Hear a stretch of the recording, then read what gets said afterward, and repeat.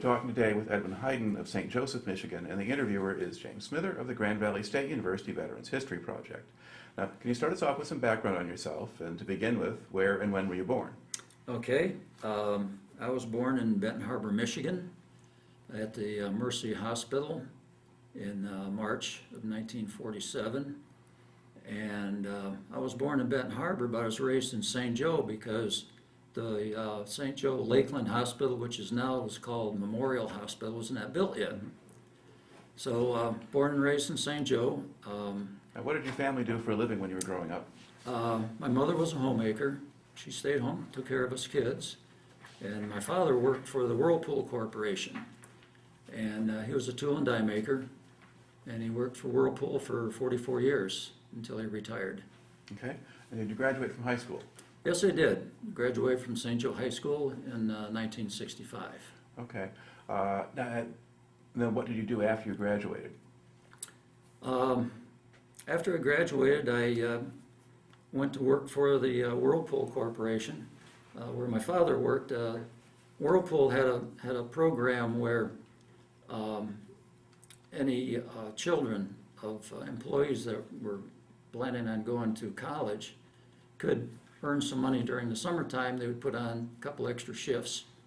And one of my jobs there was on the assembly line, putting in the agitators, working up in the gear case line, just anywhere they needed me.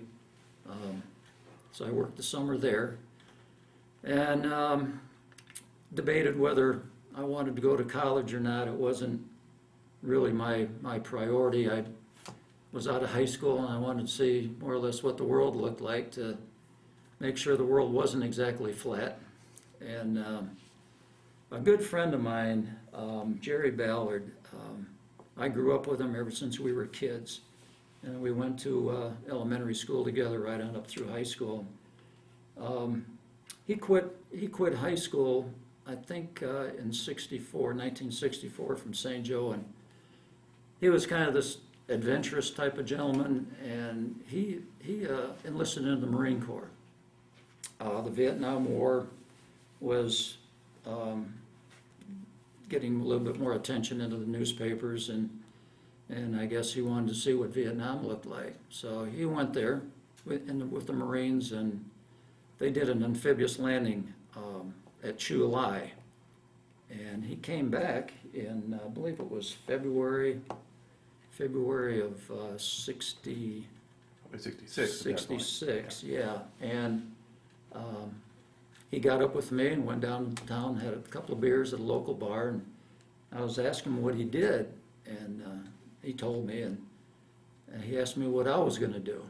And I said, well, nothing, I got my draft card. I was 1A, and Jerry says, why don't you join the Marines? I said, join the Marines? He goes, yeah. He says, I did. And he said, I think you would enjoy the challenge. And I said, well, I didn't really think about going into the service. He said, well, you've got a possibility of being drafted. I said, yeah. So he said, with the Marines being a small outfit compared to the Army, that they're really looking for guys that have different talents.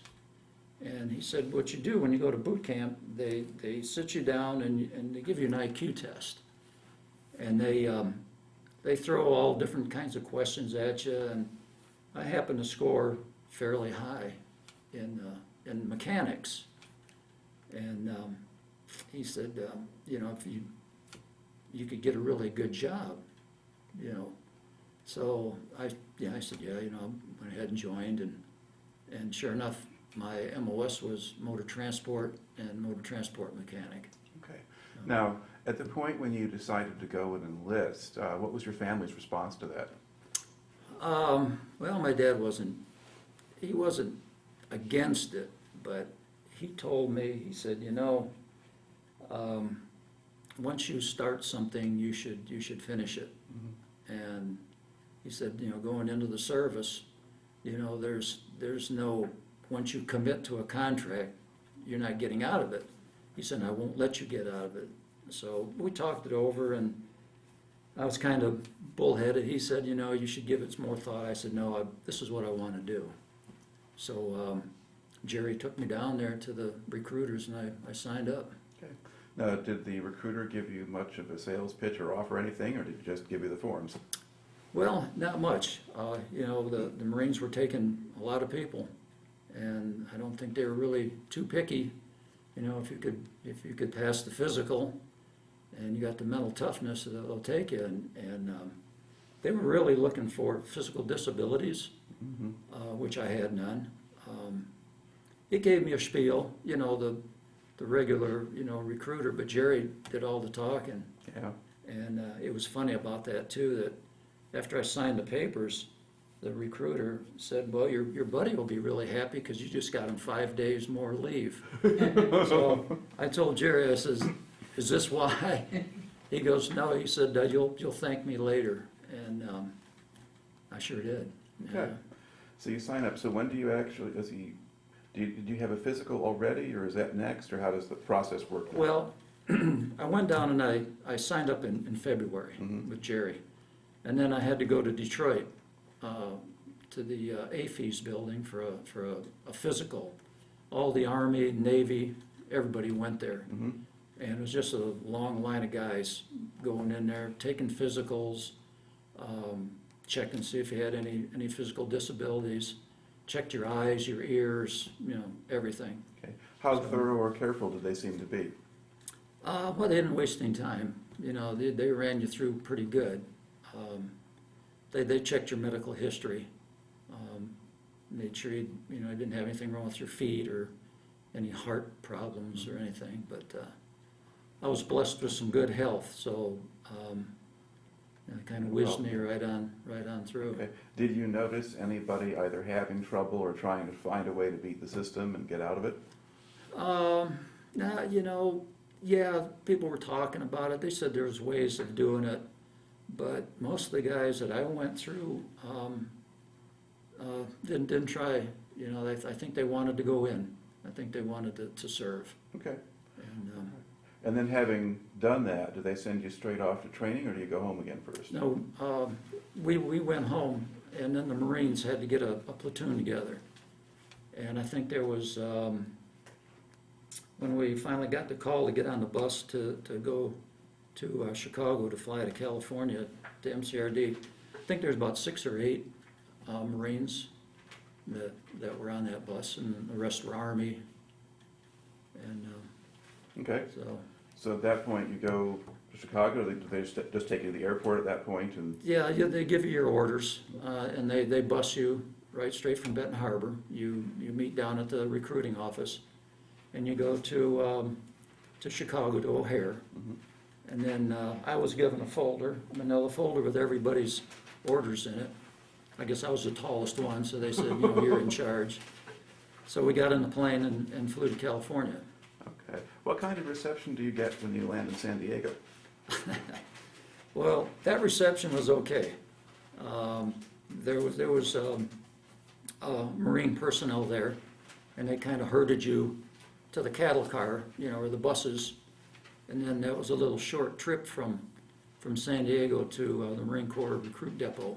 And what time of day did you show up? This was around midnight. Okay. Yeah, it was something unusual. Usually when I was up at midnight, I was in a bar somewhere, but that's how I was standing on those little yellow footprints there at boot camp at about 1 o'clock in the morning. Okay. Now, at what point did the, I guess, Marine Corps treatment start? I mean, the guy at the airport was basically polite. That was okay, yeah. And You then know, on the you're in bus? the public. Yeah, you're out there in the public, Yeah. so.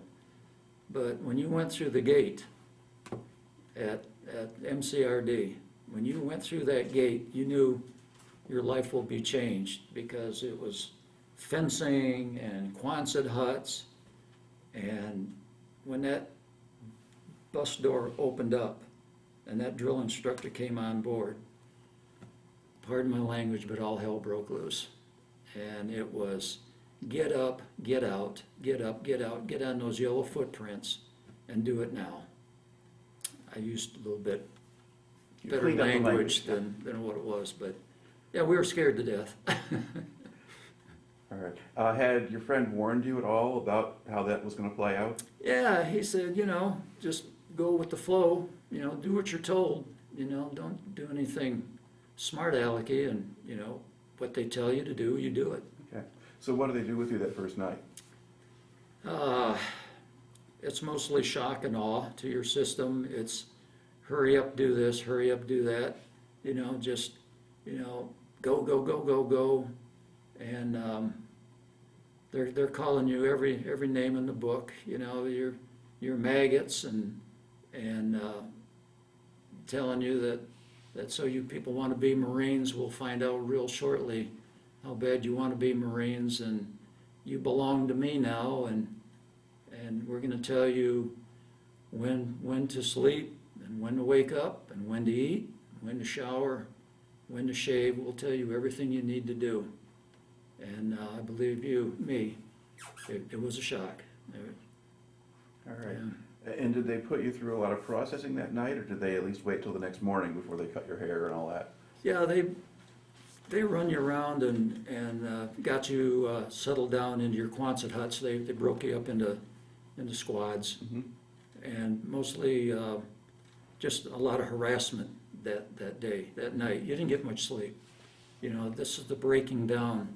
You're going from a civilian to a Marine, and they were just stripping you of your identity and bringing the cohesiveness of the units together. So I think maybe we got an hour's sleep maybe, and then it's up and at it again. And I'd say the first couple of days were pretty rough.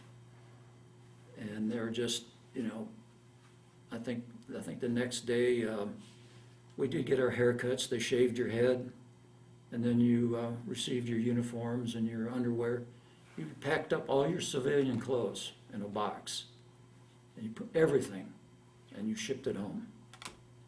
So everything was Marine Corps issue. Mm-hmm. All right. And then did you do the aptitude tests and stuff then early on, or? Yeah, I think that came within the first week, if I remember correctly. I know there was a bunch of, I know everywhere we went, we ran. It was just hurry up, hurry up, hurry up. And I think maybe it took about a week, maybe or so, before they, you kind of get your head together a little bit, and they put you in this big, huge room and gave you this booklet, and you just started going through it and trying to answer as many questions as you can. All right. And then so you have this early stage where there's just a lot of processing and things like that Mm-hmm. going on. Now, do you get into a kind of regular routine now in boot camp once you're going to get through that first week? Is there a pattern to the rest of it? Oh yeah, yeah. It's the training starts pretty quickly. I mean, we only had, I think our training was 10 weeks, 8 to 10, 12 weeks. They were trying to get as many people through and qualified, because they were, the buildup was headed there in Vietnam. We went through the dental. We had dental checks to see, if you needed any dental work to be done. If anybody got hurt, they'd go to sick bay, they'd patch you up, whatever. But there was after your initial, once you got all your clothing, they issued you a weapon. I had an M14, and all your 782 gear, your web gear, whatever you needed. What was really interesting was, we were expected to wear some type of a uniform right off the bat, but they gave us red PT shorts, high-topped tennis shoes, black and white tennis shoes, and a yellow sweatshirt.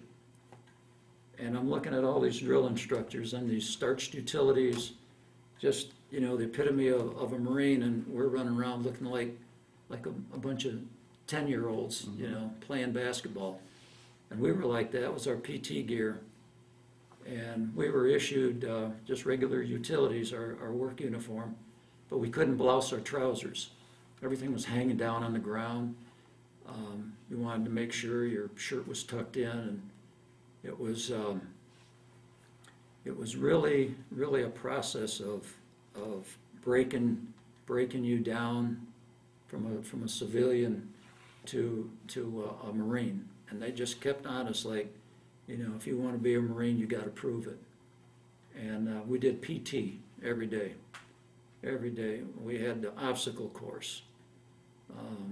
Some of the candidates, not the candidates, we call them recruits. Mm-hmm. Some of the recruits couldn't do very many pull-ups. Some of them weren't in very good shape. I luckily was in sports in high school, and even though it was a year, after I got out of school, I still wasn't. I kept in pretty good shape, so it wasn't too bad. But man, some of the stuff they made us do, it was hard. All right. And then, was there a certain amount of classroom work too? There was. You learned all about Marine Corps history. You learned about your weapon, how to take it apart, how to clean it, how to put it together. They used to play games with us where we would take our weapons apart, lay all the parts out, and then blindfold you and see if you can put your weapon back together again blindfolded. That was hard. They said, but if you ever get into combat, you might have to do that. So yeah, there were good games. I mean, it was fun. Now, were some of the instructors people who've been in Vietnam already? Oh yeah. Mm-hmm. Yeah, we had I think just about all our drill instructors and troop handlers had Vietnam service. And did they tell you anything about it, or just kind of give you warnings, you got to do it our way? Well, not so much. They didn't really concentrate that much on Vietnam and boot camp. Mm-hmm. It was more getting you in shape, learning team tactics, working together, working as a team, helping each other, getting used to that type of camaraderie. Mm-hmm. Every now and then they would mention, well, when you get in combat, you're going to need to do this, or, if you couldn't pull yourself up over a wall or something, you're saying, you could cause your fellow Marine's life if you can't do this, so they stressed on you the importance of Marines helping Marines. Mm-hmm. So, and how did they handle it when somebody just kind of messed up or didn't do something right? Oh, they paid for it. Oh yeah. Yeah, you either had to do 25, 30 squat thrusts or 50 push-ups, or they would just shove your face in the dirt and make you do it over again. Mm-hmm. Over and over again until you did it right. And were there people who washed out in the process or got recycled? Or let's see, what I can remember in boot camp, I think we had two guys that got into trouble doing something, and they had what they called correctional custody, a CC platoon, and what they would do is they take these individuals, I think there was two of them, that they would take them out of the platoon and put them in this other platoon and isolate them over into another area, and it was correctional custody. Mm-hmm. And they got really rough treatment. Their rifle was a sledgehammer, and their helmet was just a steel pot. I don't think they even had a helmet liner in it. Mm-hmm. And they would just run these guys, and they'd take them out to this, looked like an old airstrip, and they would bust concrete. They would just bust them and just treat them until they said, now, are you ready to go back to your platoon? And if you are, you keep your mouth shut and do what you're told. Mm-hmm. And I don't know if they ever came back. I don't think they were in my squad, but most of the men who start finish. They did. Yeah. How easy or hard was it for you to adjust to life in the Marine Corps? Not bad, not too bad. Because being in sports, you're used to teamwork, and my dad was a pretty good disciplinarian. He kept a pretty good track of me, and when I goofed up, he let me know about it. And there was a couple of times where I got into a little bit of trouble, and I had to more or less figure out a way to get out of it myself. Mm-hmm. And so the discipline was easy for me. Okay. The physical part was challenging. Hmm. Yeah. But you were in good enough shape to be able to adapt to it and, Oh, yeah. and move forward. Yeah. All There's some things I couldn't do, but you know, you learn to do it. You build up enough strength where you can handle it. Okay. Now, by the time you finish with boot camp, do you know what your MOS is going to be, or has that not been told to you yet? Just before graduation, you're in formation, and they go on down the line and they give you your orders. And they'll tell you whether you're going to go to the infantry, or with me, I went to motor transport. Some of them went to the office, they were clerks. I think one gentleman, they called him Remington Raiders. He went to typist school to learn how to I guess, do crypto or whatever. He was a pretty smart fella.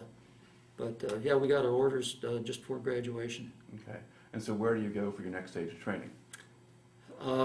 Next trip would be to ITR, Infantry Training Regiment, and I think that lasts 2 or 3 weeks, and that's we go from San Diego up north to Camp Pendleton, and then So you get a shorter version of what the combat infantry would do for a longer period of time? yeah, it's a pretty snap course.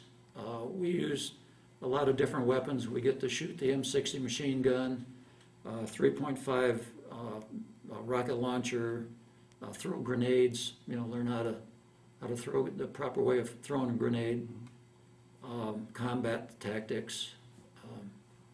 We get to shoot the M14 again, and I think we even shot an M1 in case we found that on the battlefield. Mm-hmm. Okay. Yeah. And now, did they do kind of training exercises? Would you go out overnight or things like that? Now that happened once you get your orders to go to Vietnam. Mm-hmm. I was at Camp Lejeune on the East Coast over in North Carolina, and I went from Camp Lejeune. I went back to Camp Pendleton, what they call Staging Battalion, and that's like a 2 or 3 week course where they take you through like a combat village. Shows you what a typical Vietnamese village is. Some of the trails would be booby trapped. They would hook up like little smoke grenades, and you'd have to go through these trails and watch to see for trip wires.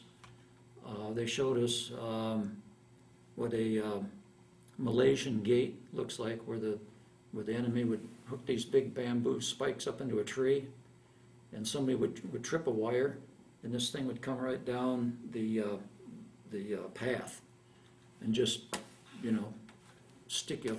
Mm-hmm. So they showed different things to look out for. Okay. But that comes at a later stage. That So comes your later, ITR is yeah. a more compressed version of things. Yeah. So you do that for several weeks, and then where do you go after that for your... Then they pool us together, and I went over as a replacement. I didn't go over as a unit. But no, actually, I want to go back in the story to the phase of training, because you actually have to train as a mechanic, right? Oh, yes. Okay, right. so where do you do that? Oh, yeah, I went to Camp Lejeune, to Montford Point, and that was a 5-week course on second echelon maintenance Okay. on the truck. And so what kind of work does that involve? Pulling tires off the vehicles, repacking wheel bearings, checking the fluids in the transfer cases in the rear end, making some minor repairs, putting on new alternators, new starters, changing the oil in the trucks, tuning them up. We were using a multi-fuel type of diesel, that these engines could burn different types of fuel. Mm-hmm. They could burn jet fuel, kerosene, diesel fuel, anything that'll burn. And these trucks had what they call a regulator on them, and you'd have to know how to set and time the trucks to use that. So we fixed those, holes in the radiators, clean. The big thing over in Vietnam was just keeping the trucks clean. Mm-hmm. It was a very dirty environment, especially in the monsoon, where that red mud would just get caked on the bottom of the truck, so you'd have to almost chisel the dirt off of there to do any type of repairs. Okay. And what kinds of vehicles were you training for? We were with 2.5 and 5-ton supply trucks. And we had a couple of wreckers with us to tow in damaged vehicles. But, and then some smaller, like Jeeps, some little Mighty Mites. The service was always coming out with different types of vehicles. So we were getting an update on how to fix these, so. Okay. Yeah. And was life at that training, was that a little bit more relaxed than it had been in the earlier stages? Oh yeah, you are now a Marine, you know, so you're treated as such. And the training is all classroom and hands-on. So you have regular mechanic trained people training you on how to fix these trucks. Okay. And then once you complete that, now let's kind of run through the sequence of events. Yeah. You finish your advanced training, what happens next? Okay, after that you'll get your orders again, either to stay, say, at Camp Lejeune or go to another base. And I ended up going to Cherry Point, which is still in North Carolina, but it's a little bit farther east. And it's the 2nd Marine Aircraft Wing. And I was assigned to Marine Air Base Squadron 24 as a mechanic for their trucks. And what we would do there is I had some pretty good duty. I was a Jeep driver for a month, and I would just shuttle the pilots from the flight line to the MOQ and the BOQs to where they stay. And I would just pick up their bags for them and put them in my Jeep and haul them back and forth, take them wherever they needed to go. And we had another training facility called Bogue Field, which is about 15 miles away from Cherry Point. And it was a simulated aircraft carrier deck on the ground. And these jets out of Cherry Point would do their training, and then they would come in and practice landing on this airstrip with their arresting gear. So they would train there on dry land before they would go to the aircraft carriers, and to save the government some money. Didn't know they do it, but it sounds like a good idea. Yeah, it was a new concept, and I was fortunate to haul some of the runway material and watch them build this airstrip. But they had the regular arresting gear and a little conning tower. It looked almost exactly like the deck of an aircraft carrier. All right. Now, as you were doing this, do you assume this is a kind of a temporary thing before you go to Vietnam, or were you thinking you might just stay there the whole time? It could be either both. I thought I was going to be there for a while. I know when we were getting reports from Vietnam, we'd listen to the radio and read the newspapers where Con Tien was really being shelled. And this was kind of before the Quezon thing was. And Con Tien, back in 65, 66, was really getting shelled heavily. And everybody said, man, you know, I wonder if we're ever going to get over there. And as the time passed, I was there at Cherry Point for almost a year, and I'm going, you know, if I'm going to go to Vietnam, I wish they'd hurry up and send. I kind of wanted to go, because I heard my buddies were going there. You know, and you'd see these guys rotate out all the time, and I'd get letters from my mom and dad saying, you know, Ron Patzer is over here, and Dick Geitler just went to Vietnam, and Jim Stahls in Amtrak's, and I'm going, you know, I'm sitting here, I'm left out. So we had a formation one day, and they were looking for people who wanted Westpac orders. And I raised my hand, I said, yeah, I'm ready to go, send me. And Westpac refers to Western Pacific. Western Pacific. So that means Vietnam, basically. Yeah, Vietnam, yep. All right. Now, during the time when you're at Cherry Point, did you spend much time off the base? Yeah, a little town called Havelock. It was right outside they had a couple of nice little restaurants, a nice bar there, and there was another, of course, we were pretty close to the water, to the Intercoastal Waterway, so we would go down to, oh gosh, what's the name of that place? I can't think of it right now.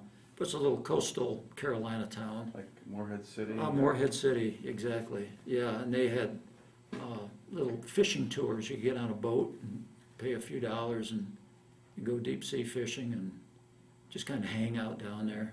And how did the people in the local community treat the Marines? Well, as long as you behaved yourself, you were treated quite well. Mm-hmm. Sometimes, we have a bad reputation of getting a little overzealous, but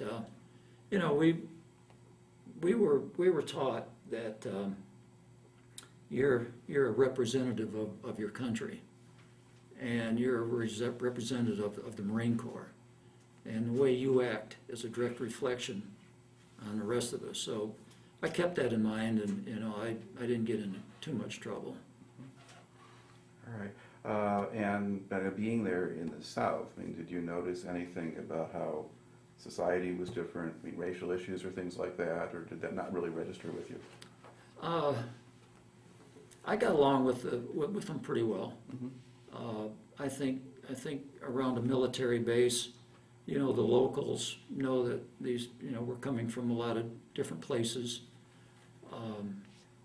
As far as the racial thing, I was stationed with a lot of blacks and Hispanics, and I mean we came from all over the nation, and we got along really great because what they told us in boot camp, there's no such thing as black and white and brown. We're all green, Mm-hmm. We're all the same color, and all our blood is red. So, and then with the training that we had, we all looked out for each other. Right. Yeah. Yeah. And I guess the other question was just sort of within the local community, the way things worked off base. I mean, were you aware that people behaved differently or did things differently than they did back up here, or did it all seem pretty much the same to you? Well, pretty much the same. Yeah. All right. So now finally you've been there for the better part of a year. You volunteered for Vietnam. Now, did they send you home first and then staging battalion, or the other way around?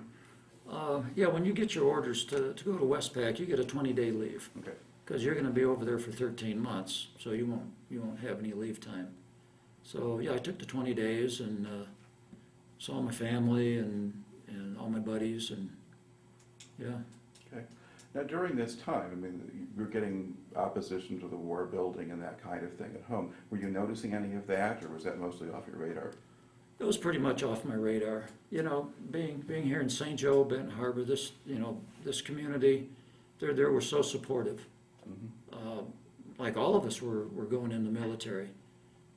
Some of them that didn't go to Vietnam went to Germany. Some went to South Korea. Mm-hmm. There was a lot of people going into the military, and even in the only thing I would say different that I would say was when you get around these large towns, like over in Chicago, in the airport, I think people were they kind of like had tunnel vision. I traveled in uniform, so I could get military standby, which was a cheaper way to fly. And I was flying all the time. They were they kind of looked the other way, and they wouldn't really talk to you.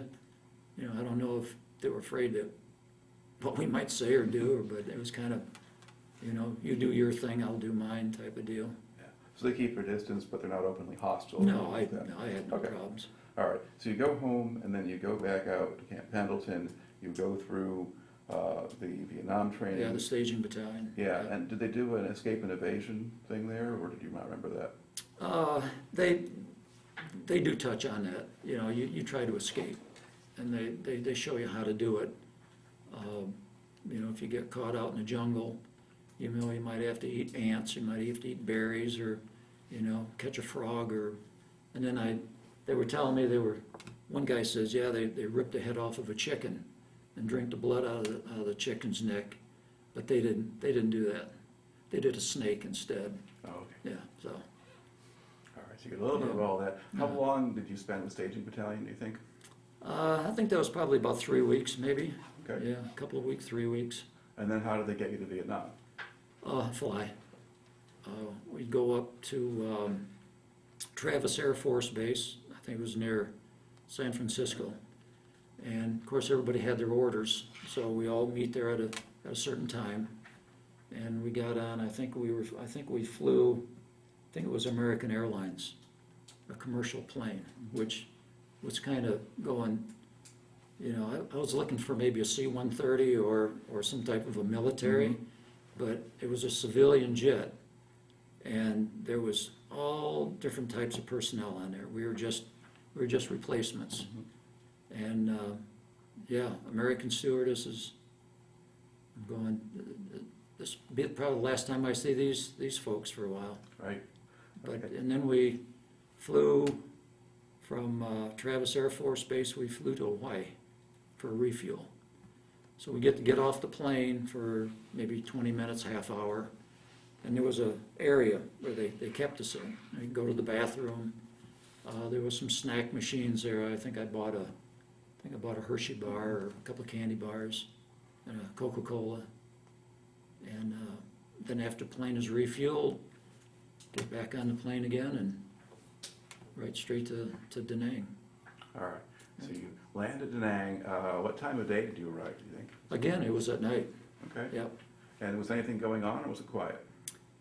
Outside of the rain and the dampness and the mugginess, I noticed the plane didn't take a whole lot of time to land.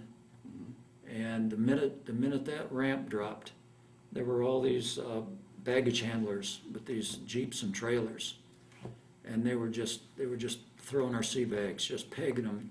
They didn't care where it went as long as it got on the trailer. And they just told us there's a building over there which is about 100 yards away. Said head toward that, and it was just pouring down rain. It wasn't like I think it was like in the end of October. You know, it's just we were soaking wet by the time we got there. All right. And once you get into that building, what do they do with you? Well, you get in line, and then there's a couple of windows, and you go up and show them your orders. And then there's a personnel directors back there, and they got some type of log books or whatever. I couldn't really see what they had. And they see what your MOS is, and they said, well, go over there and have a seat. We'll get with you a little while later. So you go sit on these benches and, you know, of course, try to lay down, go to sleep, you know, try to catch some Z's. And then I think I was in Da Nang. The next day I went to the Chow Hall there, and I think it was about a day or two. I was kind of hanging around, and everybody was leaving, people were coming, and they finally said I was going to the 3rd Motor Transport Battalion, 3rd Marine Division in Phu Bai, which I had no idea where that was. Had no idea. And then how did they get you up there?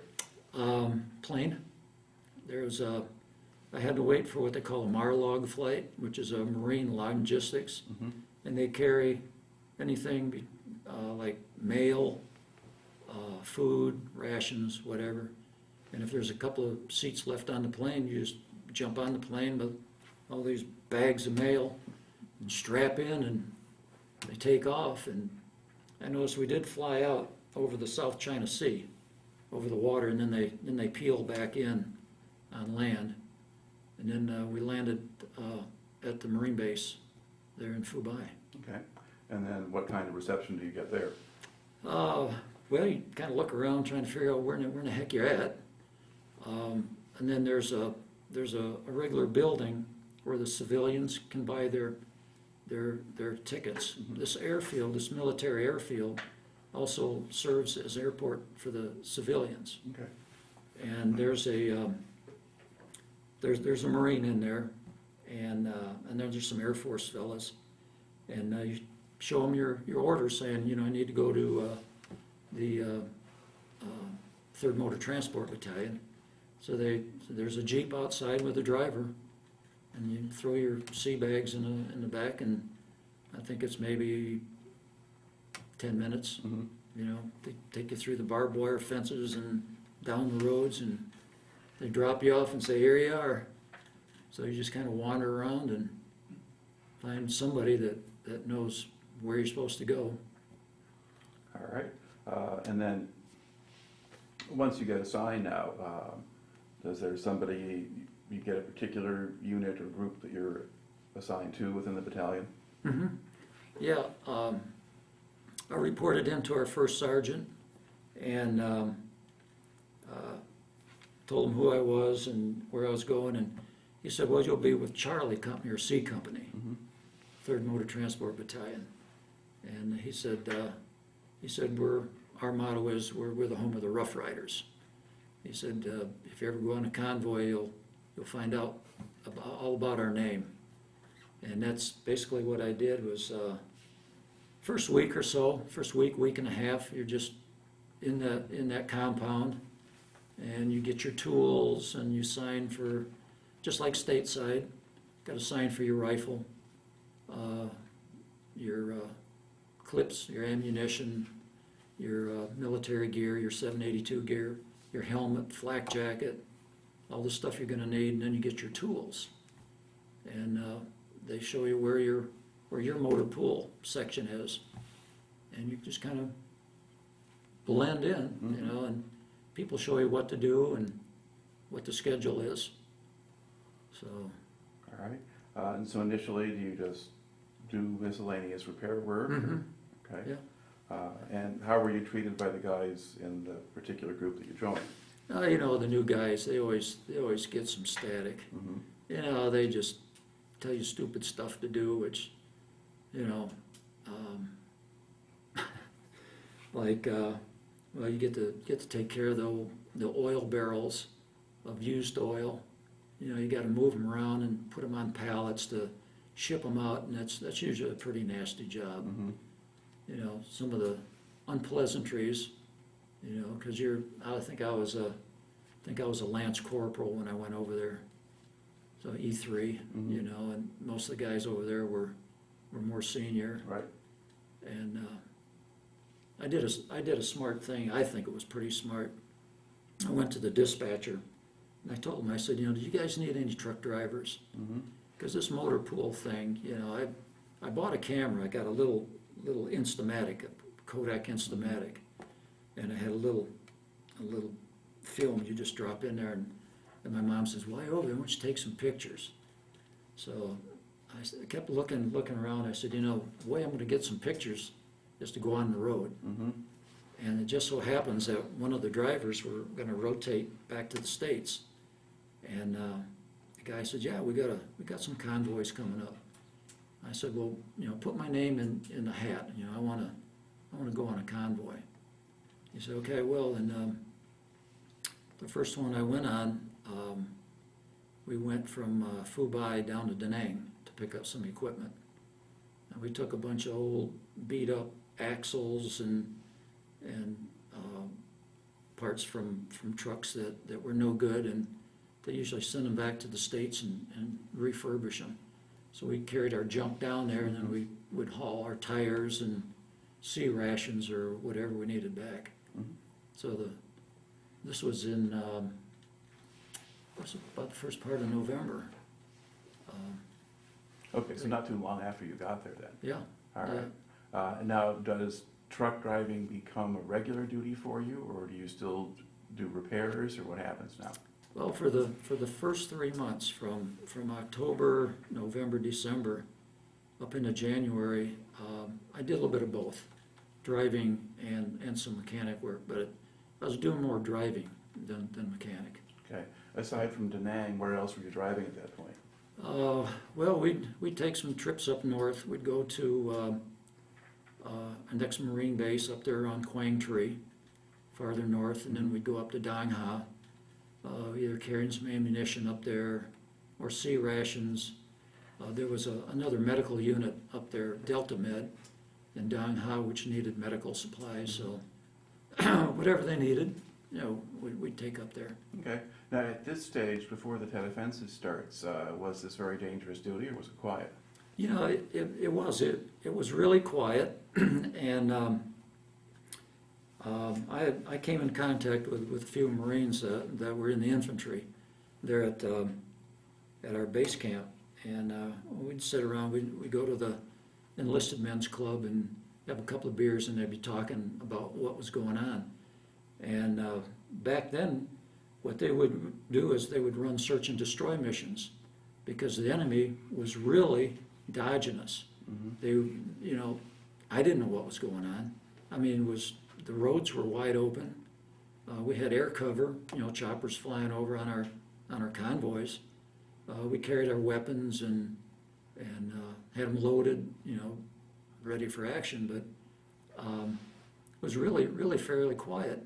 And this was all part of the communist buildup for the Tet Offensive. And a lot of us guys wondered where the enemy was. You know, we weren't even attacked. You know, we'd figure somebody would take a pot shot at you or something.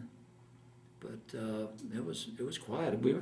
I'd take trips through Hue City, and people were out on the street, you know, selling their wares. And there was a beautiful college up there, the University of Hue, and that was going strong.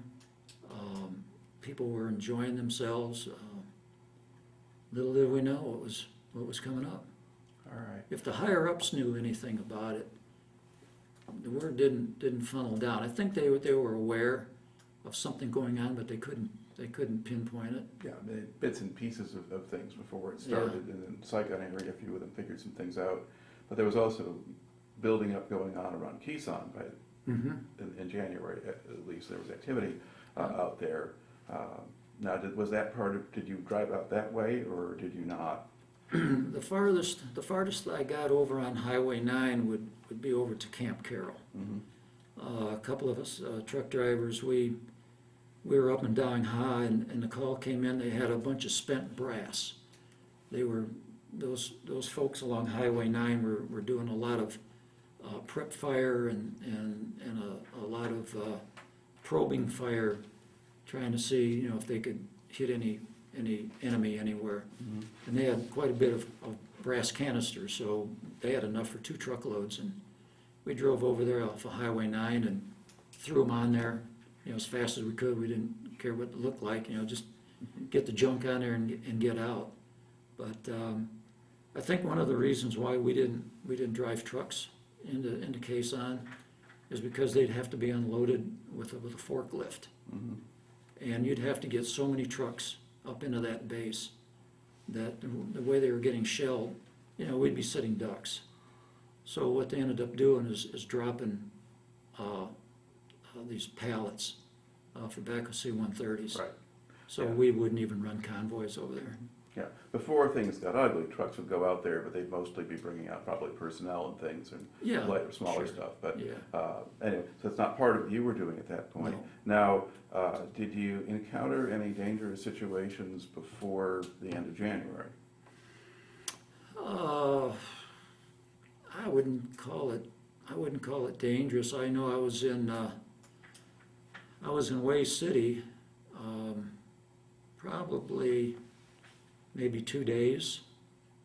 At the end of January, I had a couple little Vietnamese children. They were orphans, I think, got hurt, and we were treating them at our medical facilities. See, what happened was,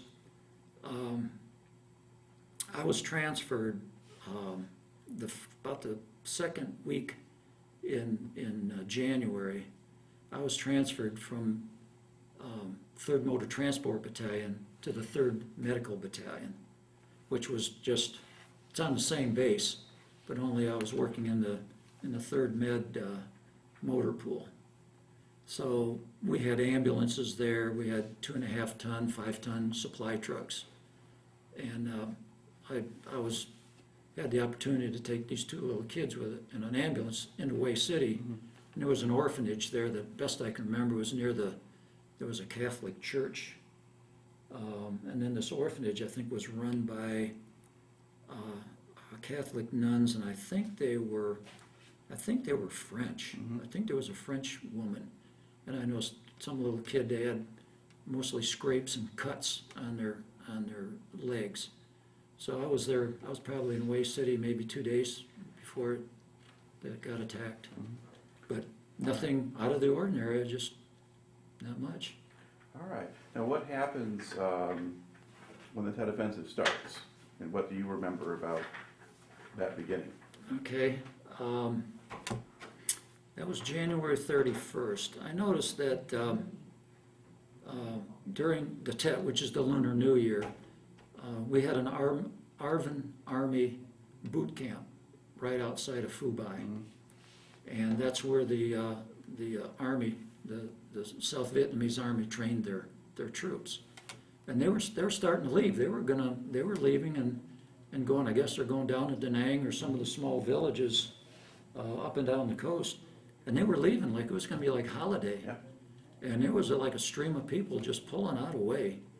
And we just figured, well, you know, it's time to celebrate.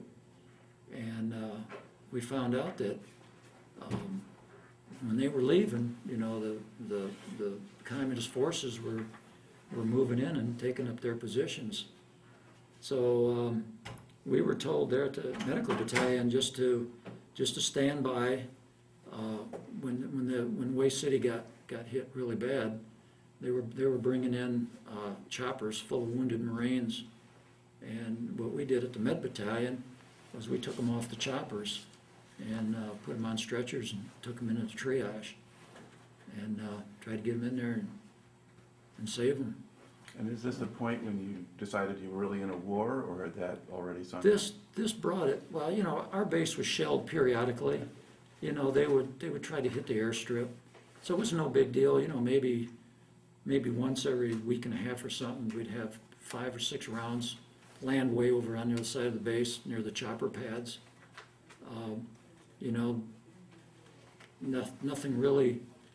You know, you knew they were out there, but you were in the division rear, fairly safe. You know, over at the 3rd Med Battalion, we were a little bit closer to the airstrip and the I guess what you call the reception center where I came in at. There was a lot of civilians in there, and I noticed there was a lot of people trying to get on planes, you know, trying to leave. So we got choppers coming in with wounded and civilians trying to get out. So there was kind of a traffic problem there, but we worked that out. I noticed we were taking a lot of casualties coming out of Hue. I mean, those Marines up there were fighting for their lives, and it was the Marine Corps trains you to be mentally tough, you know, but some of the stuff that I saw, what these guys were going through up there, it's like, yeah, this drives it home. You know, these guys got to take the city, they got to go house to house. And a lot of these guys were fighting out in the jungle 2 or 3 days before. Right. You know, and then they'd pull them out of the field and say, you're going to go house to house. And yeah, they said it was like a meat grinder up there. So I was basically stuck on base. The bridge into Hue was blown. They had mined the highway, so we couldn't get our trucks in there. So the only way they could get troops in is through the rivers. They had to put them on these little LSTs that the Navy had. Yeah, or even smaller landing craft than that, too. Yeah, LTVs or, you know, Amtraks. So, yeah, then I think they even had to bring tanks in for these landing crafts because, you know, the bridges were blown.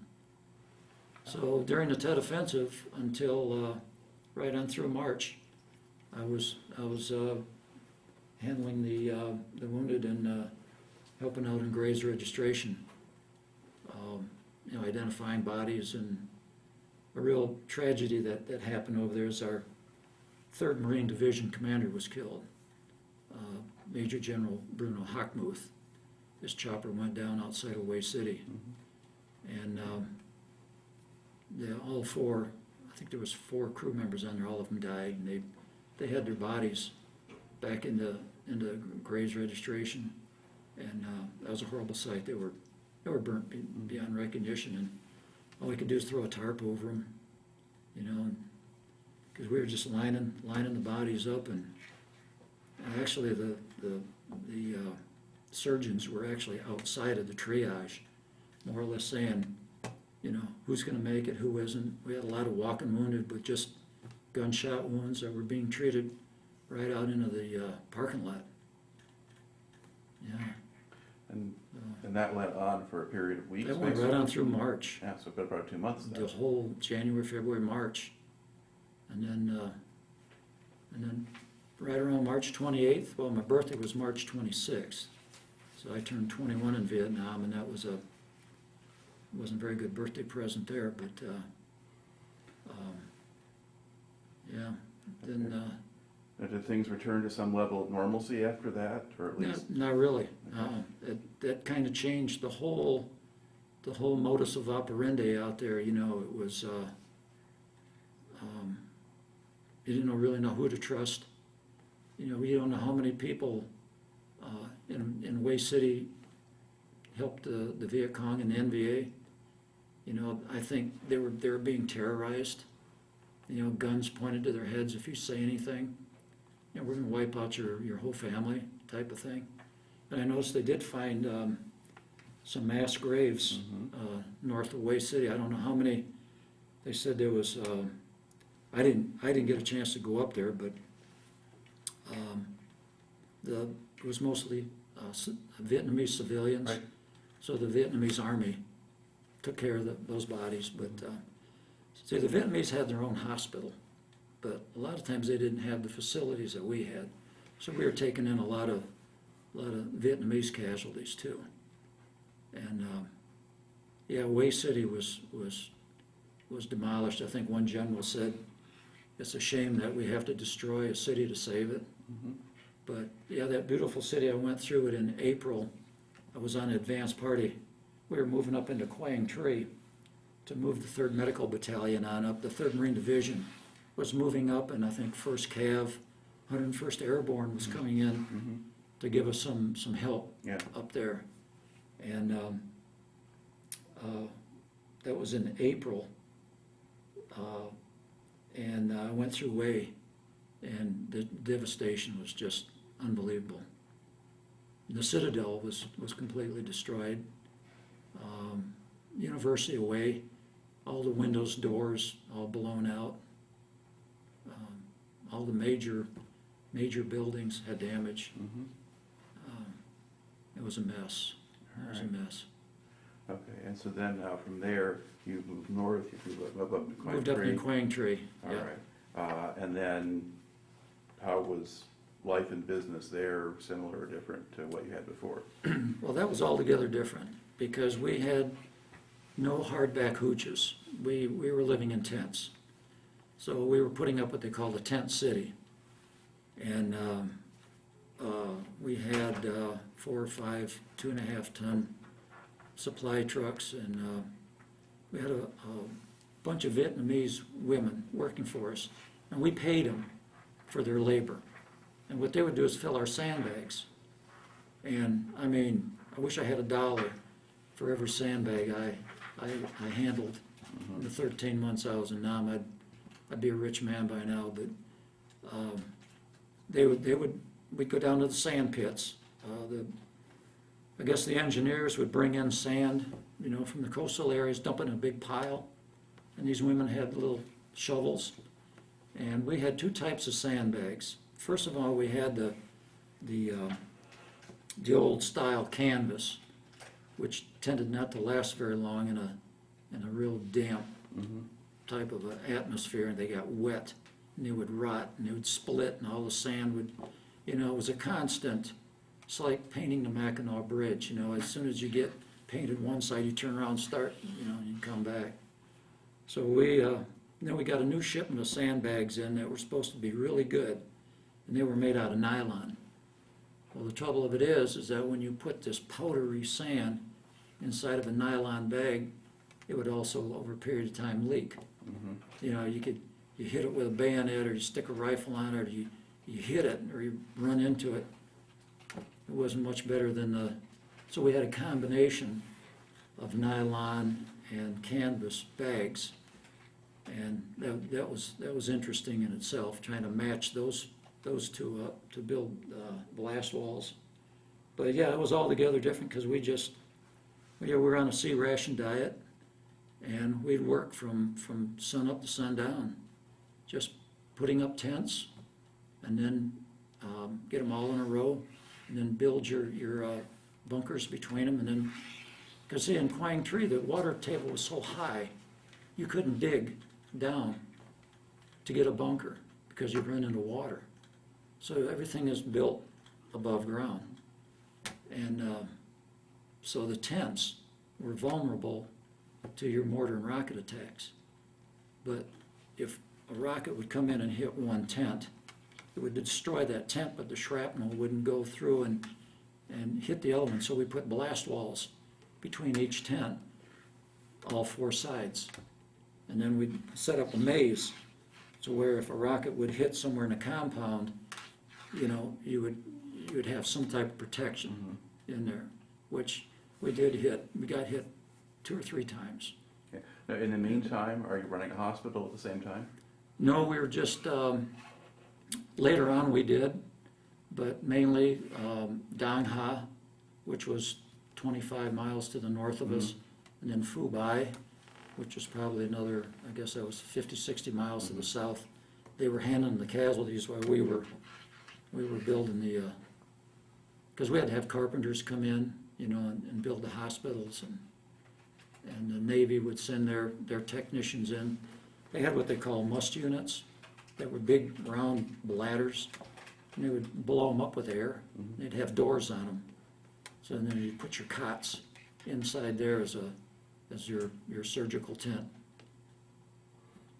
So you're doing a lot of things other than just driving at this point? Right, we're more construction than, yeah. I drive the trucks with the sandbags, and then I'd help unload them and build bunkers, and when I'm empty, I go back and get another load and do it all over again. All right. And is that, and then toward the end of the tour, your tour, was the base up and running at that point, or were you still building it when you left, or? Pretty much so. The tents were up.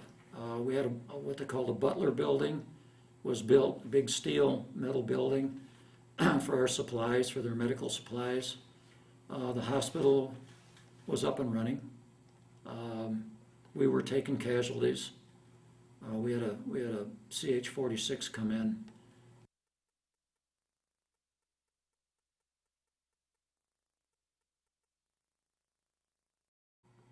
Okay, we got to the point in the story told to talk about a CH-46 helicopter crashing, basically falling apart there on the runway.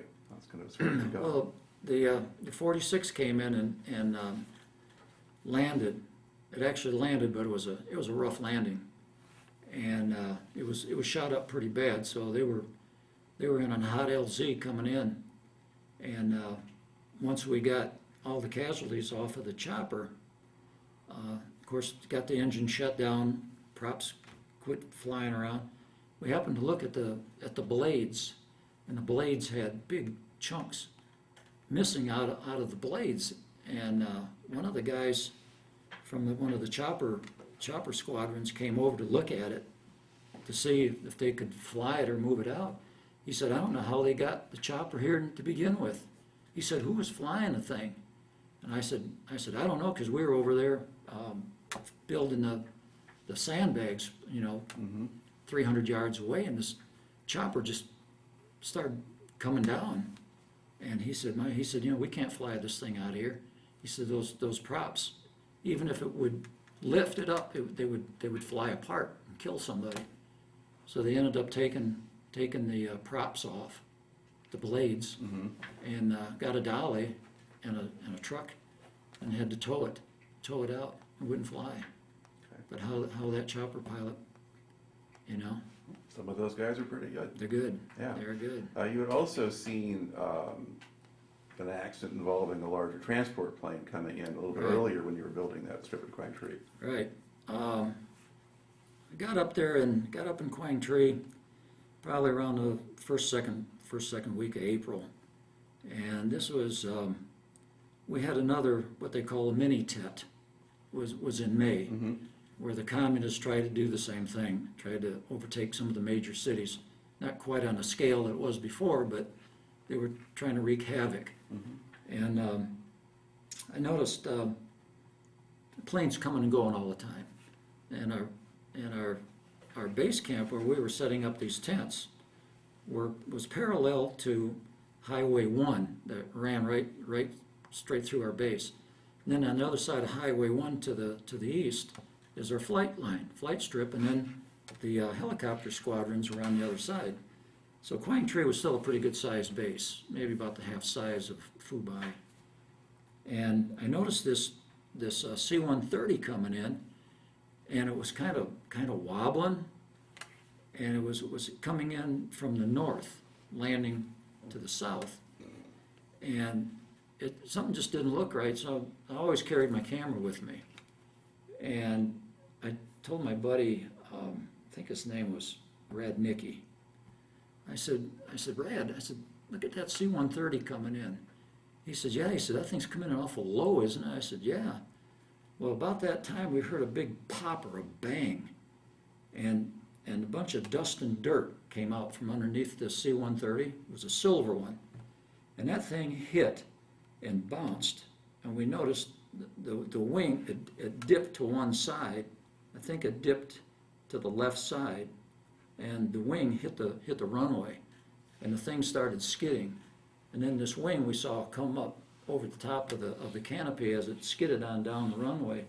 And I got a couple of pictures of it when it caught fire and after they put the fire out. And I don't know how many, if there was any other casualties, but to me they said the pilot and co-pilot were killed in that. Whether they were bringing some people back, I don't know, but it erupted in a ball of fire, and it looked like a lot of the plane was preserved. It was a lot of the fuel from the engines. They put it out pretty quick because it's right down there where the fire department was. So that was, of course, I couldn't go over there because I was busy doing something else, but that thing sat there for about a week before they took it away. Okay. Now, over the course of your time in Vietnam, did they ever give you an R&R? Yeah. Where'd you go? Well, my R&R kind of consisted of an in-country. When I was at Quang Tri, I developed what they call planter's warts on the bottom of my feet. It was just because your feet were wet all the time. You try to clean them. The type of shower system we had was just a big bladder up on top of this mounted structure, and you'd stand under it and pull the chain. You'd soap up, pull the chain, rinse off. Of course, by the time you get back to where you're going, you're in sand, and you got your flip-flops, so you try to wipe your feet off as much as you can. Well, I developed these calluses, these planter's warts on my feet, and I kept taking my bayonet and my razor and kept scraping them down so I could walk. And finally, I think I had maybe 3 on one foot and 2 or 3 on the other, and I went and saw the corpsman. You know, I mean, they were big. They were pretty good size by now because they get big. He said, man, he said, you know, you need to go to Da Nang to get them fixed. I said, well, why can't I go to Phu Bai? He said, well, no, you got to have them dug out. So I got on a plane, got all my gear together, got on a plane, got my orders, and I flew to Da Nang, and they put me up in this chair and with my feet raised up, and I had these corpsmen down there starting to dig on the bottom of my feet, and it hurt. But they got them out, and they taped my feet up. And then they said, make sure you keep your feet dry and clean. I said, well, I'm headed back up north. I said, I don't think that's a possibility. He said, well, if you don't, they're gonna come back. Well, while I was down there in Da Nang, I went down to China Beach and hung out down there for a day, extra day. And that was kind of my R&R. And then I came back, and then in the end of June, I think that was in the end of May. Then I think in July, I ended up taking 5 days and went to Japan. Okay. And what did you do up there? Well, I was supposed to go to Tokyo, but the University of Tokyo was having some protesters protesting the Vietnam War. So the powers that be said that's probably not a good place you want to go at this time, since you know we were Americans and we didn't have any hair. It was kind of a dead giveaway who we were. So I got up with 3 guys from the Army. I think there was another fellow, I think it was the Air Force. I think it was about 5 of us. we ended up going to Atami, which is up in the mountains. There's a lake there near Mount Fuji, and this Atami is like a resort area, and the new Fujiya Hotel is there. It's almost like a Howard Johnson's. So we stayed there, and I took the electric train to Yokosuka and Yokohama and bought a tape recorder, a reel-to-reel tape recorder, M9. And then a friend of mine wanted a Canon camera. Camera. So I bought that and took the camera back to Vietnam with me, but I shipped my tape recorder home to my parents. And we were going to go to Mount Fuji, but of course it was raining and it was cold, and the whole mountain was shrouded in fog. So we stayed at the new Fujiya, and I was introduced to the rice wine called sake. And after one cup of that, I can't tell you what happened after that, because I ended up in my motel room with a big hangover. Okay. So then, back to Vietnam, how would you characterize the morale in your unit, especially the last one you were with? 3rd Medical Battalion, it was, we had pretty good morale. You know, we were, years later, I told everybody, well, you know, I really didn't do anything, and, you know, I just did more construction work than fighting, you know. But he said, well, you were sent over to Vietnam as a Marine to kill people, but you ended up saving lives. And that's basically, you know, what I did. And all the other corpsmen that were there, 3rd Medical Battalion, all the chiefs, guys that ran the hospital, they were excellent. The doctors, the surgeons, they perform miracles. The lives that they saved is unbelievable. I mean, how some of the wounded that came in with amputees. There was one gentleman that came in, and I couldn't even tell you what his rank was. Big fella. And some of the story that I got later, as I talked about it to some of the guys I was with, that he was up in Quezon somewhere. He got off the chopper, and he had grenades, I guess, hanging off of his flak jacket. And one of the grenades fell off, and the pin fell out, and it went off near him. And he lost both legs at the waist, and both arms, or one arm and a stub at the other one. And we pulled him off the chopper, and the only way we could pick him up is with his flak jacket, because it was, you know, it's always left of his torso. We put him on the stretcher, took him in, and put him on the sawhorses there. We just kept him right on the stretcher. And he must have been full of morphine or something, because he looked up at the surgeon. He says, "I'm a mess, aren't I?" I mean, he looked right straight up off of that gurney. I'll never forget that. I mean, it was unbelievable, but the blast was so intense that I guess it cauterized all of his arteries, and it kept him from bleeding to death. Plus the corpsman, you know, put the tourniquets on him, and the next day, I think it was 2 days later, we carried him out and put him on the C-130 to, I guess they take him to Japan or wherever the seriously wounded people go. We had a whole plane full of them, a lot of amputees. I asked the surgeon, I said, you know, and what we had to do, this guy was so heavy, it took like 6 of us, because they had to take plaster Paris and something to block him up, to hold him on the stretcher, so he wouldn't fall off the stretcher, because we had to walk probably 50 yards out to the MAC-V plane, and so it took 6 of us to carry. It was full of plaster, just to hold. And I asked the surgeon, I said, "Is this guy going to make it?" And he was awake. I mean, he was conscious. He said he's got a 50-50 chance. So I have no idea what happened to that.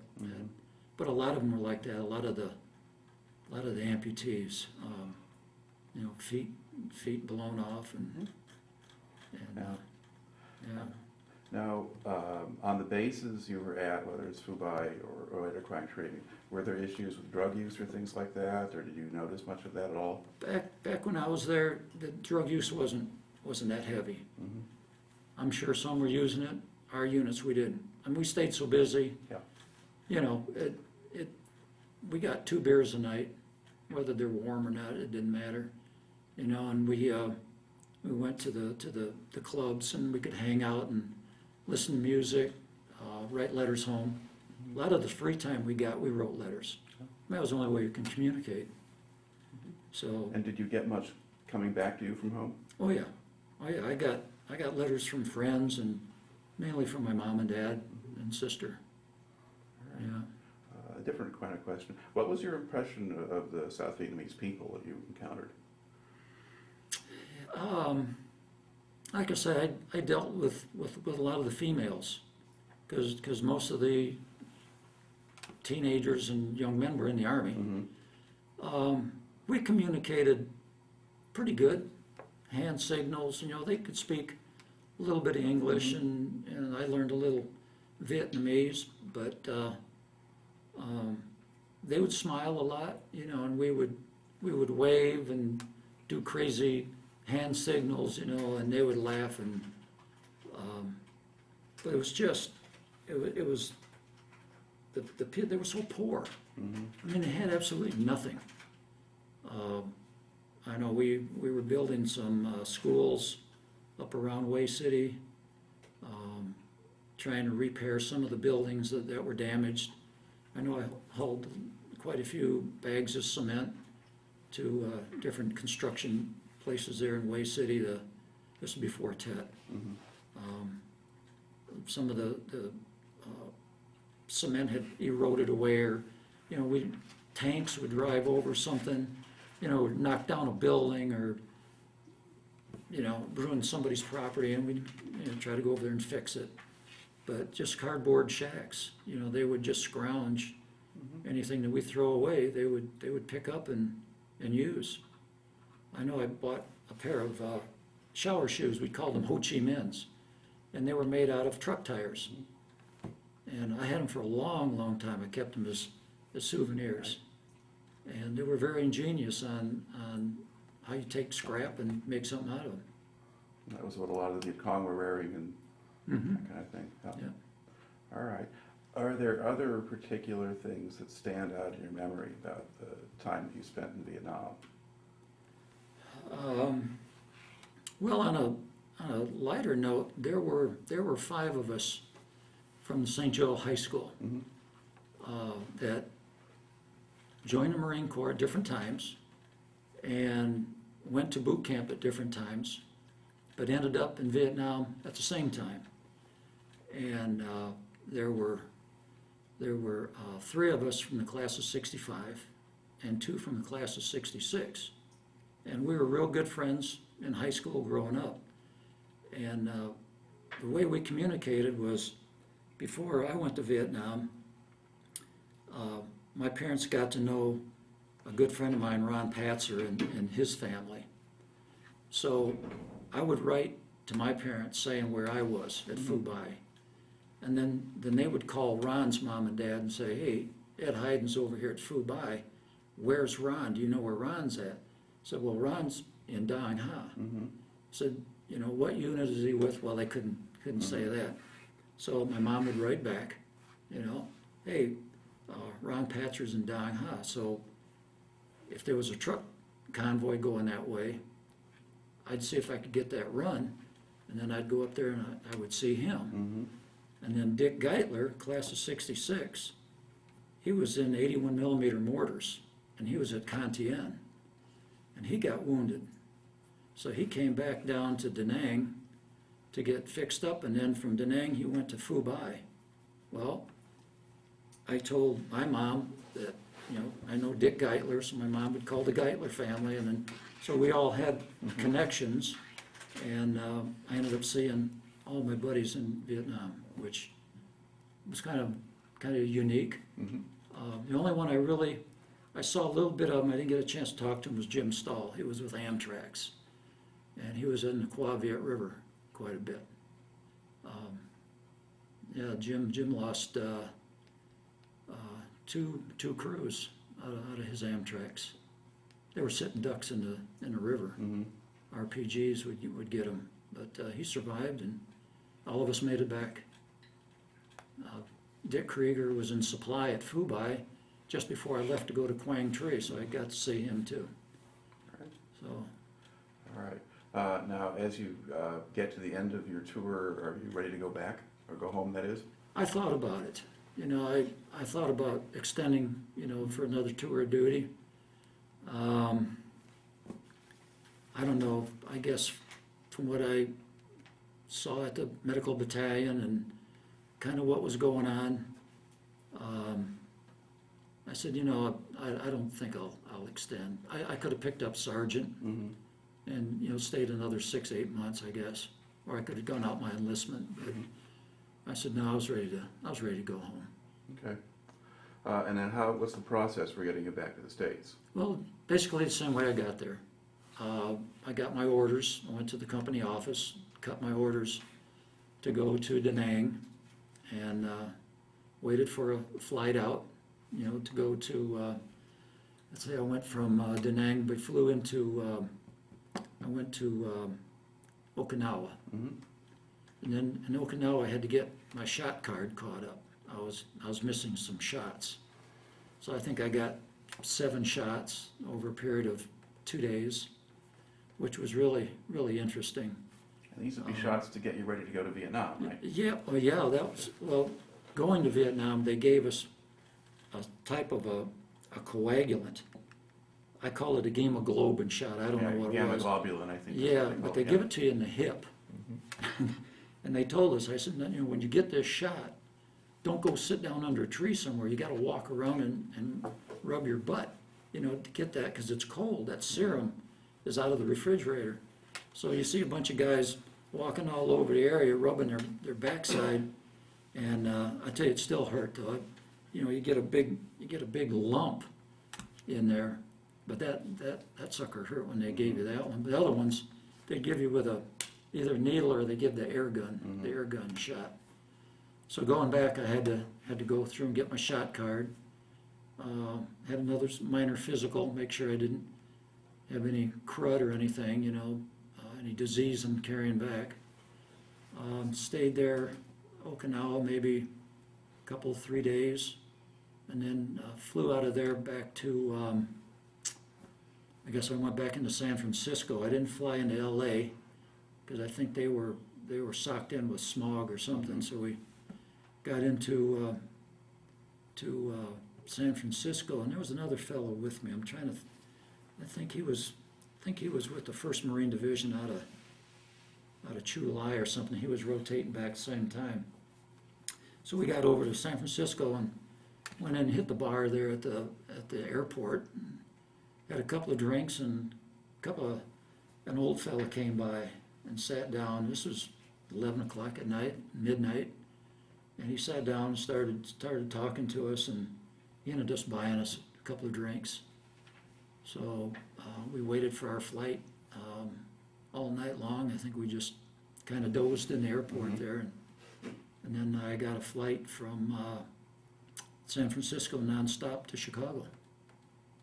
And then from Chicago, I flew over to Ross Field on the north central. Mm-hmm. We called it the Blue Goose, the old 2-engine prop job. Mm-hmm. Yeah, flew in there, and my parents were there to pick me up. All right. Now, you still had some time left on your enlistment at that point? I did. Yeah, I had to. I think I still had. I think I had like 8 months. I think left. I got back in. Let's see, when was it? November. November of '68. 68. November. December, January, February, March, April. Yeah, I had 5 months to go. So they sent me back out to California, out to the 5th Marine Division. Okay.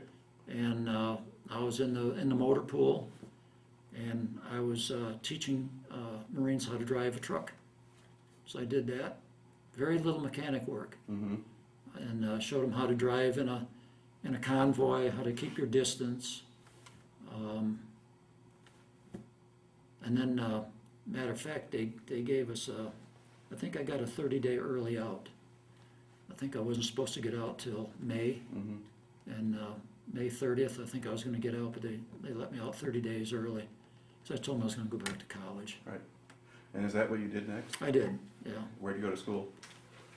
Well, first of all, I came back and went to work again for Whirlpool. Mm-hmm. And earned a little bit of money there and got signed up for the GI Bill and enrolled in Lake Michigan College. And I went 2 years there, majored in political science, minored in sociology. And I went around the clock type of thing. I didn't take any spring break or anything. And a good friend of mine, Skip Detman, and another fellow, we all knew each other from high school. We went through LMC together, and then we went to Western for 2 years. And graduated in Western in '72. Okay. Yeah. And then once you got out, what did you do? Well, out there looking for a job, which was kind of few and far between. Mm-hmm. And kind of messed around for a while, and I think I had some odd jobs. And then I went to work, I think back for Whirlpool. I think I went back there for a while. And ended up getting married and looking for a job and couldn't find anything I liked. And I just had this in the back of my mind that I left things undone. And I figured, well, I went down and talked to the Marine recruiter. And I said, I told him how old I was. And if I would have a chance of getting back in the Marine Corps, going through the OCS, Mm-hmm. Officers Candidate School program. So he looked at my service record, and had honorable discharge and saw all the stuff that I did in the time I was in. Mm-hmm. And he said, well, you're just under the wire. I think the cutoff was like 25 or something. Mm-hmm. I think at this time I was 24. And I said, well, give me the spiel. I said, what's the scoop on OCS? And he said, well, you got a pretty good deal because you're prior enlisted and you've already got 6 years in. Mm-hmm.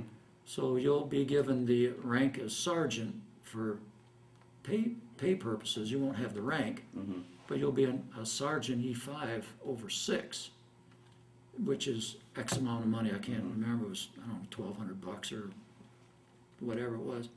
He said, you'll be at the top of the pay scale, and then when you become second lieutenant, all this time as you're being accrued, you'll be getting, more money. And I said, this is more money than I can make in the military than I can chasing around out here. Mm-hmm.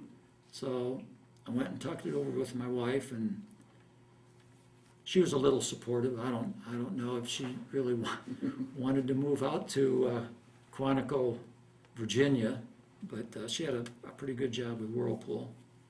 So we agreed, and so I went and signed up and went back in the Marine Corps to OCS. Okay, that was at Quantico? And that was at Quantico, yep. Okay, and what did that program actually consist of? Marine boot camp, only tougher. Okay. It was, we had to go through the same obstacle course. We had to go through basically the same training, only at a higher level. You were becoming a leader, so you were taking on a lot more responsibility, and that's what they really stressed was physical endurance and mental toughness, and the decisions you make on the battlefield, or any decision you make in the service, could cost people their lives. So, paying attention to detail, a lot of book work, a lot of hands-on. We did a lot of orientation, a lot of map reading, compass, working at night up in the Prince William Forest, which was in the wintertime with snow on the ground. It was cold. Wading through streams and water, and that was just OCS. And then we had to go to the basic school, which those two go hand in hand, which probably about 6 months. 6 months And training. is the basic school more combat tactics? Yeah, more leadership. You learn all about weapons. You call in 81 millimeter mortar fire. You work with 60 millimeter mortars. A lot of crew served weapons. You learn how to lead Marines, and you have to know what your people, you have to know as much as your people do about what's going on. Okay. So, And what year was it that you went back in? gosh, that was back 72, I guess, 73, into 70. Yeah, I guess you're 70. listed as March 73 to August 76 here, so. Yeah, Okay, that was shortly after I got out of college. okay. Now, were you older than most of the other guys? Were they mostly new college grads that you were with? Or were there guys like you who've been enlisted and done other things and come back? Yeah, all different ages. Yeah, there were a lot of prior enlisted Mhm. in there. I ran against quite a few. A lot of infantry, air wing, a lot of air wing guys. That it was funny going through OCS, and you got 2 rows of ribbons, and some of these guys have one ribbon, which is the National Defense ribbon. Mm-hmm. So we were kind of, I think the troop handlers were more tough on us prior enlisted, because they think maybe we thought we were pretty cocky and knew it all, but it was excellent training. Now, do you think the prior experience helped you in this? Was it easier for you than the new guys, or was there trade-offs because you were older? Oh no, prior enlisted training was really valuable. Mm-hmm. Really valuable. I mean, you already knew how the Marine Corps operated, you know. And well, a lot of these guys too, coming out of college, they've gone ROTC. Mm-hmm. There were some guys in there from the Naval Academy, you know. And I mean, there was some pretty tough dudes coming through there. I mean, they were, you know, I had to work hard. That was the hardest ever I worked academically and physically. It was tough for me to. It was hard. Okay, and then once you finished all of that, now what kind of assignment do you get? Yeah, well, we get our orders when we graduated from the basic school, and I got Infantry Platoon Commander. So I was sent to Camp Lejeune, and my first unit was 3rd Battalion, 2nd Marines, and I had a rifle platoon, and that in itself was more administrative, because I had the platoon I had a lot of people in the brig. They were UA, you know. This was, now you're talking 70, 73. Mm-hmm. You know, the Vietnam War was winding down. We getting all these Marines back, and some of them would join the Marines just for a paycheck, I guess, or I don't know why some of them even joined. But we had a lot of bad actors. And the first platoon I took over, I think I had 4 guys in the brig. There was like 2 guys UA, didn't know where they were. They were up in New York, New Jersey somewhere. So my platoon was turned over to my platoon sergeant. And he was handling most of the training. Mm-hmm. I'd set up the training schedule. And I would just lead them in PT in the morning, you know, get them up, get them going, seeing what we had to do for the day, if there was anything the CO wanted us to do. I know we went to the rifle range a few times. We had night fire with the 60 millimeter and 81 millimeter mortars, and I ended up being my secondary MOS was a motor transport officer, which, you know, no doubt about that. So I was in charge of a motor pool also. So I had my hands full, and so the time I had was more administrative, making sure that the guys in the brig, that their family was contacting them, letting the families know they were okay, trying to chase down the guys that were UA, and trying to run the motor pool, and then take care of the platoon. And I know we did for a while. We took a group, I think it was a reinforced company. We went to 29 Palms for a desert shoot. So even though the Vietnam War was coming to an end, we were training for desert warfare. Mm-hmm.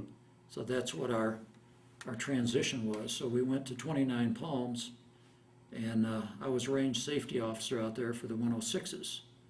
So we had 6 106 guns, Those recoilless rifles? recoilless rifles, same ones we used in Vietnam at the Citadel, and we set them up on top of the high ground, and we were shooting at tank hulks down on the bottom. It was a simulated, for the generals up there saying, you've got enemy troops going through they gave us a scenario and said, okay, we've got armor. So, we end up taking out the first one and the last one and then strafing ones in the middle. Mm-hmm. So we did that for the month of, I think that was in March. I think we did that for the whole month of March of 74, I think it was. Yeah, that would be your first march, I guess. Yeah, my first march, and then we came back from there, and then we got ready to do a special mission force to Guantanamo Bay, Cuba. Okay. And we were the fence line security for the naval base. So that was a 6-month tour of duty down there. And basically what we did was PT in the morning, put our troops out on the towers, and we would just watch the ships, the Russian ships, come in and out of the harbor, and we would just write down notes. What's the ship look like? If you see any numbers on it, were any markings, like were there the big red star on there, or if what kind of flag were they flying? Where these ships were coming from? They were supposed to be delivering wheat and grain and picking up sugar. I think that's basically what they said these ships were supposed to be doing. We're looking for any big type of boxes or something on top. But that was only a 6-month tour of duty, which, during Christmas was really nice duty. I mean, it was like 80 degrees down there. Got to play a little golf down there. And were you still a platoon leader at this Yeah, point? I picked up first lieutenant. Yeah, I was a platoon leader, and we were pretty fortunate. One night I was awake, and it was probably about 10 o'clock at night, and I was at the guard shack. I was officer of the day that night, and we got a phone call from one of my guard towers that we had a guy on the fence. We have a fence jumper. Well, what we're supposed to do with that is we can't touch them. We're not supposed to do anything. If they want to come across, they got to do it by themselves. Well, I told the sentry up there, what's this guy look like? And he said, well, he's got blood on him. He's bleeding. And I said, well, where's he bleeding from? He said his leg or his foot and his hands. I said, all right. So I got my driver, and we went out there to the post, which was about halfway on the fence line. And this guy, of course we had barbed wire over top of the fence. This guy's hanging there, half over, half not. And my poor sentry, he's up there in the tower, and I'm looking around going, got to make a decision. So I told the sentry to come on down, take up a shooting position. I said, we're going to get this guy off of the fence. So me and my driver, we got up there, and luckily I was tall enough, I could grab him. And of course we ripped some of his clothes, and we just yanked him, and we got him over on our side. And of course I couldn't speak Spanish. He was mumbling and jumbling something. He's trying to tell us something, but unfortunately he left the pack that he was carrying over on the other side of the fence. Well, the holes were so small in the fence, I couldn't get my hands or anything, and even if I could get hold of the satchel, I couldn't bring it through without climbing over the top of the fence, and I wasn't going to do that, so I just left it. So we got the guy in the Jeep, and about that time the CO comes, Captain Chase, and so we're looking around, we don't see any activity on the Cuban side, so we packed him in the Jeep and took him over to the landing craft and took him over to the other side. And come to find out, I was called there the next day to the CO of the base, and interviewed me and wanted to know what I did, and I told him the same thing I told you, and he said, well, you know, you violated international law. Cuba's already saying you kidnapped one of their civilians. Well, there's actually two men that were trying to escape. I guess they escaped out of prison or jail, and the second guy stepped on a landmine or did something, and he was killed, and this guy was wounded. He had some shrapnel in his feet and some in his back.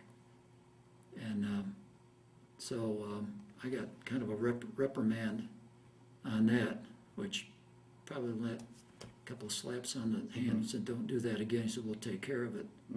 So I had to sign a deposition, had to say what I did. It was because of a medical emergency, that the man was really hurt bad, and just before I left the island, the CO came up and said, if it's any consolation to you, so I don't know what it's gonna do to your fitness report, he said, but the gentleman that you pulled off the fence said thank you. So, and now that was it. I haven't heard anything since. I didn't know the man's name. All right. After that assignment, was it just back to Camp Lejeune? Yep, back to Camp Lejeune.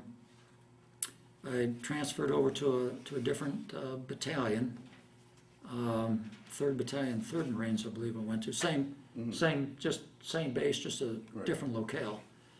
And took care of the motor pool, the company motor pool, and tried to get their trucks running, get them ready for some more deployments. And then did some more training out in the woods as range safety officer. And then I got to the point where I had to make a decision whether I wanted to stay in or not. And the Vietnam War was over, and I think I accomplished what I wanted to do. So I left. Okay. And then in '76, I left the service and stayed in North Carolina for another 20 years and got a job down there with the Coca-Cola company out in Wilmington, and retired out of there. And then in '96, I moved back here to St. Joe. All right. Now, to look back at the time that you spent in the Marine Corps, what do you think you took out of that, or how did that affect you? Well, it made all the difference in the world. I didn't know what I wanted to do out of high school. I had no idea. You know, I didn't know whether I wanted to go to college. You know, I was interested in building hot rods and working. I mean, I was taking home $99.99 a week, and gasoline was 32 cents a gallon. You know, bread was 20 cents a loaf. I had it made. You know, it's the most money I've ever made in my life. And I don't know whether if I was ready to settle down, but in the Marine Corps, I went to halfway around the world. I saw different places, how different people lived, and taught me discipline, attention to detail, and how short life can be. That, you know, you don't have a whole lot of time on this earth to get your act together, so you better do it soon. So, yeah, leadership, you know, it helped me out when I got the job there in Wilmington. I was in the sales department, and attention to detail. It's not the big things that you worry about, it's the little stuff that will bite you in the butt. So, yeah. All right. Well, it makes for a good story, so thank you very much for coming and sharing it. Well, thank you. Yep, I enjoyed it.